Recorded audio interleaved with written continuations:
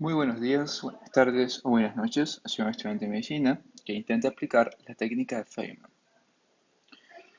Bueno, empecemos juntos a estudiar. ¿Qué es la fisiología? La fisiología es la ciencia que trata de explicar los mecanismos físicos y químicos por los cuales se da origen y se mantiene la vida. Como la curiosidad humana es tan grande, la fisiología se puede subdividir en fisiología vírica, bacteriana, de los invertebrados, seres humanos, entre otros. Sigamos. Las células son la unidad básica viva del cuerpo. Como sabemos, las células, el conjunto de las células, forma lo que serían los tejidos. El conjunto de los tejidos forman los órganos. El conjunto de los órganos los sistemas y el conjunto de los sistemas componen a un organismo. Entre las células más abundantes del cuerpo tenemos a los eritrocitos, que son 25 billones aproximadamente. Todas las células del cuerpo cumplen funciones diferentes y muy importantes. En este caso, el transporte de oxígeno y el de CO2. De ahí existen más tipos de células, que en total serían 100 billones de células que conforman a un organismo. Aquí vemos cómo se da el intercambio de oxígeno y CO2 entre el espacio vascular y el espacio intersticial. Medio interno. Medio interno quiere decir líquido extracelular. Y esto está más fácil, ¿no? Líquido extra fuera celular de la célula. Todo lo que está fuera de la célula, ¿no? Bueno, este líquido extracelular se divide en intravascular, todo lo que está dentro de los vasos sanguíneos, y líquido intersticial, todo lo que está fuera de la célula y fuera de los vasos sanguíneos. Todo ese líquido. También tenemos un líquido intracelular, todo lo que está dentro de la célula, líquido dentro de la célula. Y este es el más abundante, todo lo que está dentro de la célula. Aquí podemos ver cómo se da el intercambio de iones de un lado al otro de la membrana. Debe haber concentraciones adecuadas de electrolitos de un lado al otro, por lo que así las células puedan realizar sus funciones de manera normal. Para ello usan transportes pasivos o transporte activo, según corresponda. El pasivo va siguiendo la corriente de mayor a menor. Pero también hay transporte activo que va de menor a mayor para así regular las concentraciones y la célula tenga concentraciones adecuadas para realizar sus funciones. Y esto usa transporte activo que necesita ATP. Y todo esto para mantener la homeostasis. ¿Y qué es la homeostasis? La homeostasis es el mantenimiento de condiciones estables en nuestro organismo por los sistemas de control. Fenómenos o eventos que se dan dentro del organismo para mantener estable y preservar sus condiciones de vida. La homeostasis en sí son las funciones para que se mantengan. Bueno, ¿qué es las funciones? Es el mantenimiento constante del medio interno, para que así las células puedan realizar correctamente sus funciones. Y todo esto de la homeostasis se da por los sistemas de control. Estos son los encargados de regular la homeostasis. Las características son que hay retroalimentación negativa, retroalimentación positiva y amplificación o ganancia. Sistema de retroalimentación negativa. ¿Es negativo o no? Negativo, no sé, opuesto. Todo lo opuesto, ¿no? Positivo, no sé, algo similar. Puede ser, ¿no? Similar. Entonces, si tenemos retroalimentación negativa, que es algo opuesto, digamos que algo asciende, entonces esto que es opuesto tiene que descenderlo. Si algo desciende, tiene que volver a ascenderlo, siguiendo esta retroalimentación negativa. Y en cambio, la positiva es lo contrario. Si algo asciende, algo va a querer seguir ascendiendo, va a aumentar, ¿no? Si algo disminuye, esta retroalimentación positiva va a hacer que vaya a disminuir mucho más. Bien, ¿y qué es la amplificación o ganancia? Es el grado de efectividad que tienen estos sistemas de control. Es que se ve, es que estos sistemas de control no van a llevar al mismo valor que teníamos inicialmente. Va, va a aproximarlo, ¿sí? Y entonces este sistema de amplificación o ganancia es la ganancia que tiene esta retroalimentación. Esta retroalimentación va a llegar a un aproximado de los valores adecuados. Y la ganancia es el valor que, que se recuperó de ese valor adecuado. Es lo más aproximado que tenga. Entre más aproximado, mayor es la ganancia del sistema. Vamos a hablar sobre la retroalimentación negativa. Tenemos un ejemplo. Aquí aumenta la temperatura, ¿no?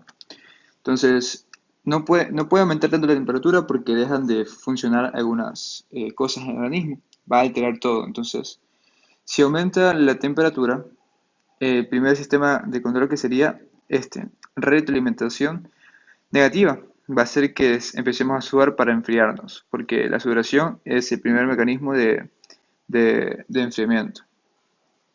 Y esto aquí obviamente quiere llevar al lado opuesto, entonces retroalimentación negativa.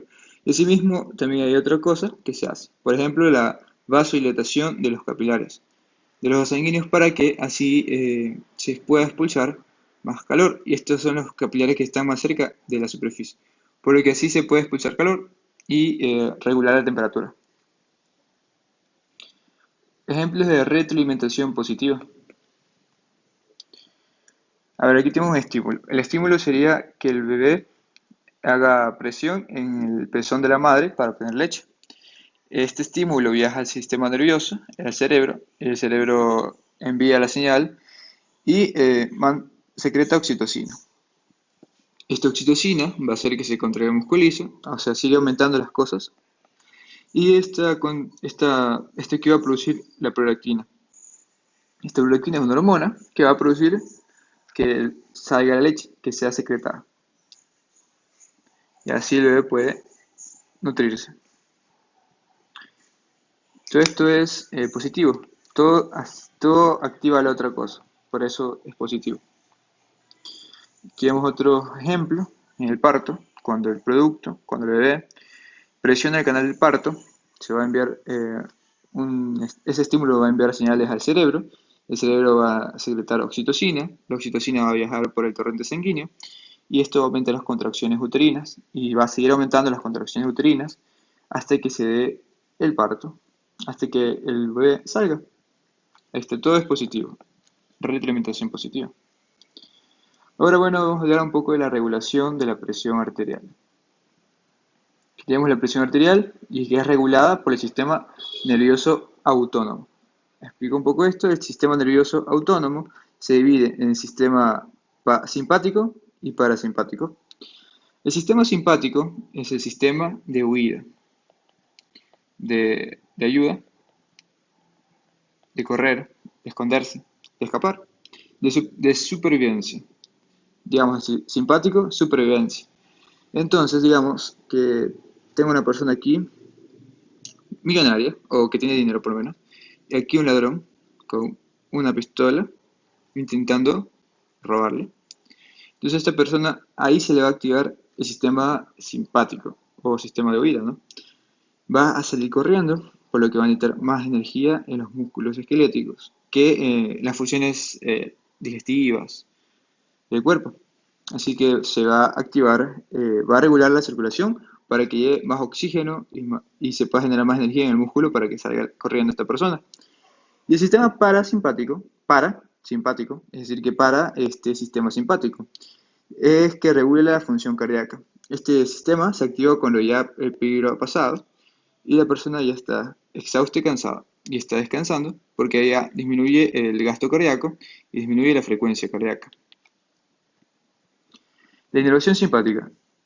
Las arterias, las arteriolas, las metaarteriolas, las venas, las vénulas, tienen una inervación simpática y el músculo liso.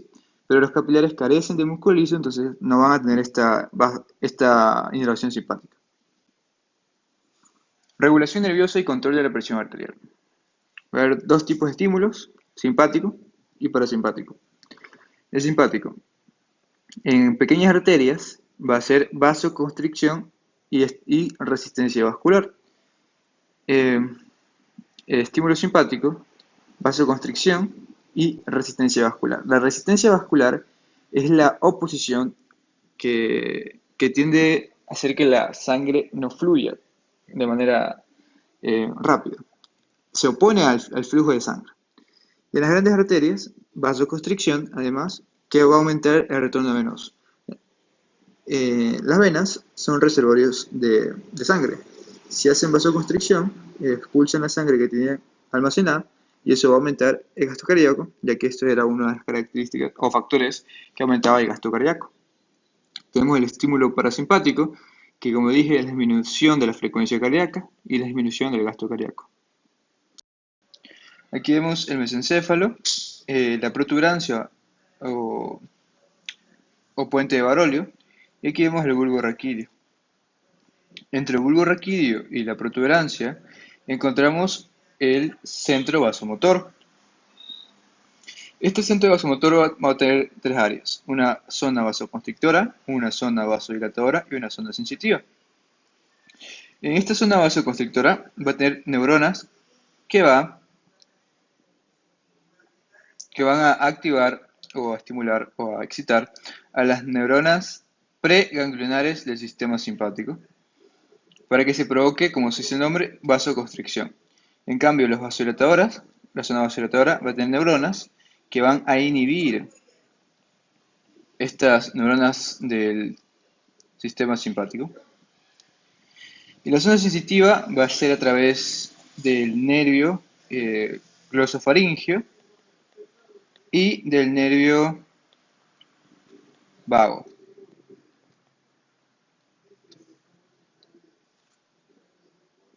Función vasoconstrictora del centro vasomotor. Primero, aquí vemos un experimento donde se prueba la importancia del tono, el tono vasomotor. Del tono vasomotor. Vemos aquí que la presión está dentro de los rangos normales y se inyecta anestesia. Se anestesia a la espina del animal, de un animal, no dice qué animal. Entonces va a disminuir la presión. ¿Por qué disminuye? Porque disminuye el tono vasomotor. Porque se inhibe el centro vasomotor, que provoca las contracciones consecutivas, que en sí es el significado del tono vasomotor. Va a caer y va a estar en una presión muy baja hasta que se inyecte en este experimento noradrenalina, que es una hormona simpática, que va a aumentar la vasoconstricción, o sea, el tono vasomotor, y va a aumentar la presión. Y luego ya vuelve a caer. Mecanismos reflejos de retroalimentación negativa. Por ejemplo, aquí está los varoreceptores. Los varoreceptores, valor de presión, receptores que receptan. Entonces, receptan la presión entre comillas. Porque en realidad lo que van a hacer es medir el grado de distensión. Entre más distendido las paredes, entre más, ¿cómo se dice? Más dilatado está un vaso sanguíneo, es porque hay mayor presión. Porque la presión es la fuerza que ejerce la sangre contra las paredes de los vasos sanguíneos. Bueno, estos varoreceptores se encuentran en la bifurcación de las carótidas en el seno carotidio. También se encuentran en el callado aórtico. Estos mandan señales del cerebro que indica que aumentó el diámetro, que están muy distendidos, es decir, que la presión aumentó. El problema con estos varoreceptores es que son muy adaptables. ¿Qué quiero decir con esto? Es que si una persona mantiene una presión alta por tiempo prolongado, este varoreceptor va a creer que esta es la presión arterial normal, porque está por tiempo indefinido, entonces va a decir, disculpe, esta es la presión normal, y no le voy a enviar nada al cerebro. Entonces no va a generar una respuesta que es la disminución de la presión. Pero bueno, es adaptable, entonces puede volver a tener los valores normales de la presión. Aquí vemos cómo se ve el control de la presión arterial cuando están los varoreceptores normales. Acá cuando no están funcionando y se ve que hay demasiadas variaciones y aumento, caídas de la presión, y esto es lo que controlan los varoreceptores, para que no exista un punto donde exista poca volemia o un punto donde la presión arterial esté muy alta. También hay quimioreceptores, quimio de químicos, receptores que receptan.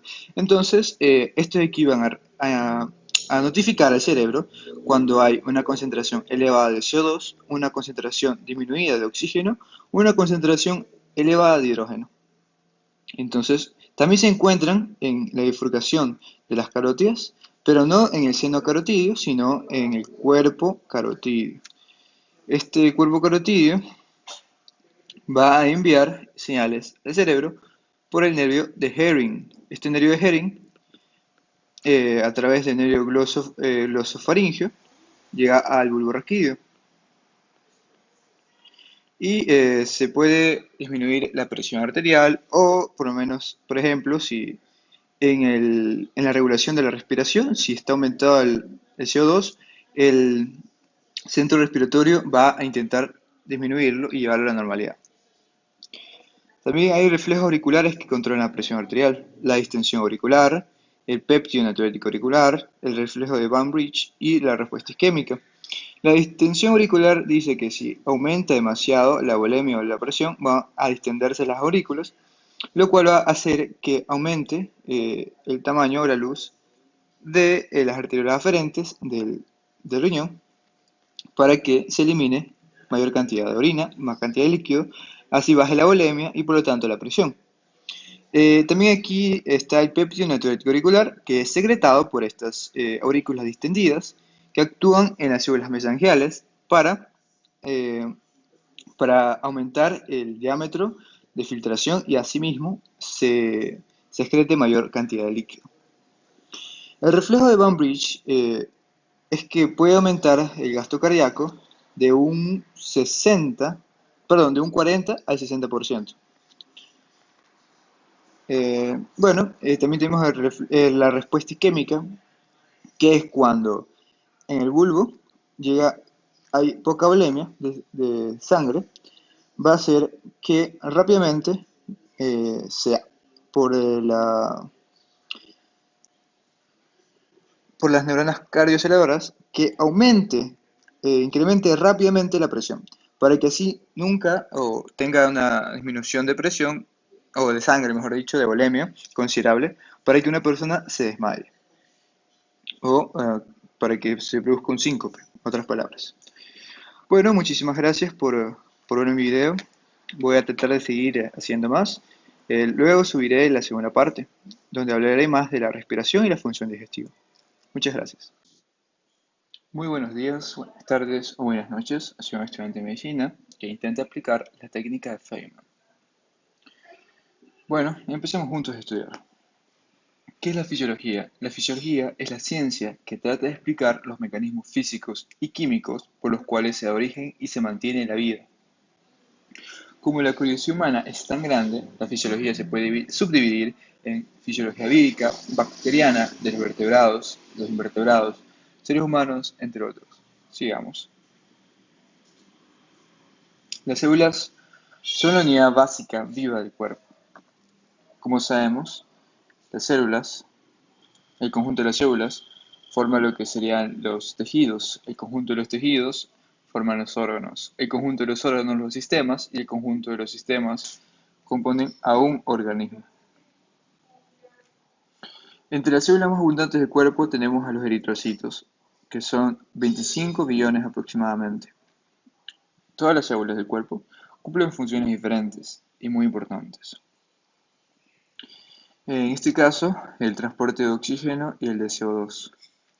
De ahí existen más tipos de células, que en total serían 100 billones de células que conforman a un organismo.